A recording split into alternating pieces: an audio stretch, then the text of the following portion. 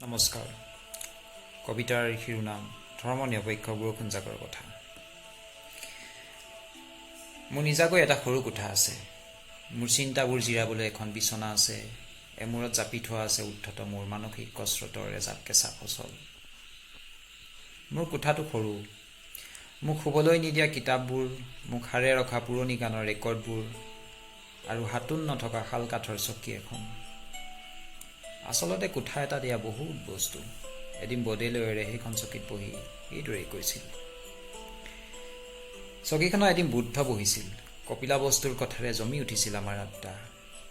তেওঁ বৰ নিসংগ যেন লাগিছিল মোৰ সেইদিনা, যেন নোকোৱাকৈ থৈ গ'ল শাওণৰ আকাশ এখনৰ কথা। তেনে আকাশ এখন লৈ এদিন লেনিন আহিছিল, মোৰ প্ৰিয়তম ৰজা চন্দ্ৰগুপ্ত আৰু কৌটিল্য আহিছিল। কি যে জমিছিল। মজিয়াৰ কাঠৰ চালপীৰাখনত হাতখনত মূৰটো গুজি গান্ধীয়ে শুনি আছিল ৰাজনীতিৰ সাঁচিপতীয়া শাস্ত্ৰ। প্ৰথমবাৰৰ বাবে কোনো কথা নোকোৱাকৈ সেইদিনা গান্ধী গৈছিলগৈ। মোৰ কাঠৰ খিৰিকীখনেৰে দেখা ঘৰটোত শংকৰদেৱ আছিল। মই প্ৰায়ে দেখোঁ বেনেডিক্টৰ সৈতে তেওঁ লনত বহি কথা পাতি থাকে। মোৰ ঘৰলৈ মাৰ্টিন লুথাৰ অহাৰ দিনাও শংকৰদেৱৰ পদূলিত বেনেডিক্টৰ ভক্সৱাগনখন ৰৈ আছিল। বৰষুণ এজাকো ৰৈ আছিল একে সময়তে। আচৰিত কথা হ'ল, বেনেডিক্ট তিতিছিল, শংকৰদেৱ তিতিছিল, মোৰ কোঠাৰ পৰা পদূলিমুখ পোৱালৈকে তিতি গৈছিল মাৰ্টিন। কোনে কোৱা নাছিল সেইজাক বৰষুণৰ কথা?